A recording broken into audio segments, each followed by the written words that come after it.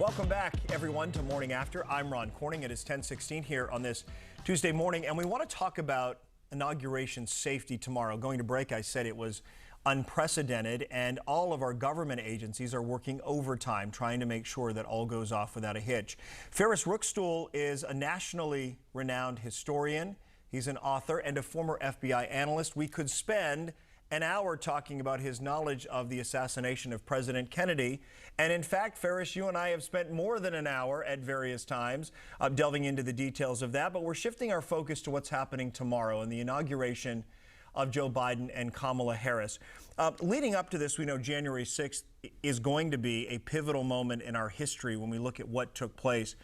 Did the FBI have a role, or should they have had a larger role in monitoring what was happening online in the days leading up to that? That's the biggest challenge, Ron, right now for the Bureau.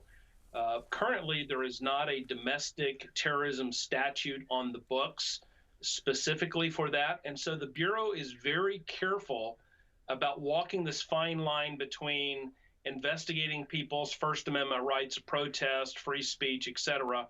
And so the challenge then becomes, all of this was pretty much planned, talked about, executed online in plain view.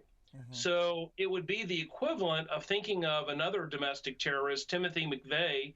Had McVeigh been talking about all of this online except for the actual location of the Murrah building, should the Bureau have been, monitoring Timothy McVeigh? They couldn't at that point. Well, it raises the question then, the onus is on whom if something is so out in the open and relatively apparent, especially in hindsight, but especially those we pay in government to monitor these things.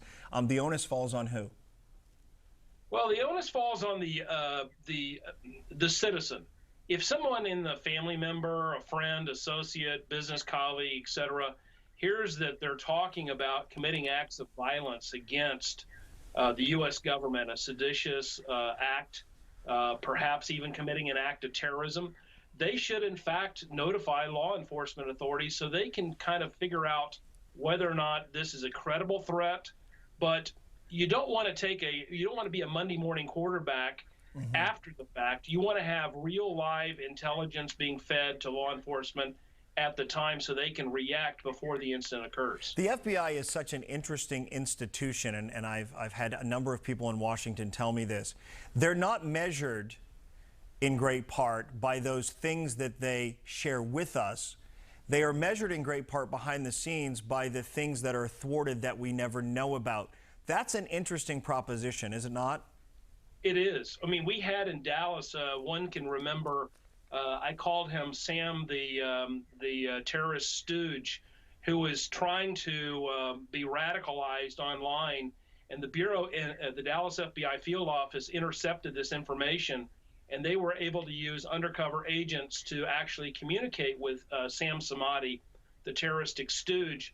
He was wanting to blow up the Fountain Place building. That's right. And this was a classic case where the Bureau was able to take credible intelligence, good information, and act on it. And they acted on it in such a way that they were able to make an arrest, and he was not able to blow up Fountain Place, which is a major building in downtown Dallas. Okay, so two-part question here as we start to wrap it up, and that is, tomorrow at the inauguration, are you confident that not just the FBI, but all government agencies are aware of and taking steps to prevent anything from coming to fruition that could be tragic?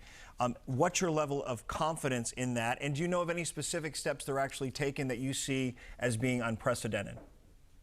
Yes. Well, one, they're absolutely taking every step above and beyond. One of the most kind of the saddened state, but it's actually good that they're doing, is for the first time, we're actually having to scrub and do background checks on social media of all the 25,000 National Guard troops that are stationed in Washington.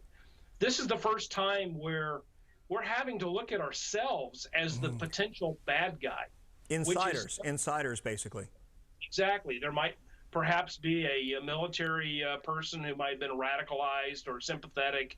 And then there's even chatter currently, the FBI intelligence received information that perhaps some people were trying to pose as soldiers and perhaps commit acts of violence posing as National Guard members. But I'm confident that the Bureau, there may be a few incidences that may happen and occur, but I'm highly doubtful that we would see anything with the militarized zone of the Capitol, that we would be able to see them penetrate anything close to what they did on January 6th. And there could be much happening again behind the scenes that we'll never know about that is ensuring our safety. Ferris, thank you for being here. We really appreciate it.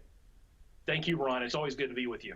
Ferris Rookstul, you can find him online as well. His website is rich with content and the history of some of his work, how you can read more about especially his work, as I said, related to the assassination of President Kennedy back in 1963, ferrisrookstul.com. Jenny?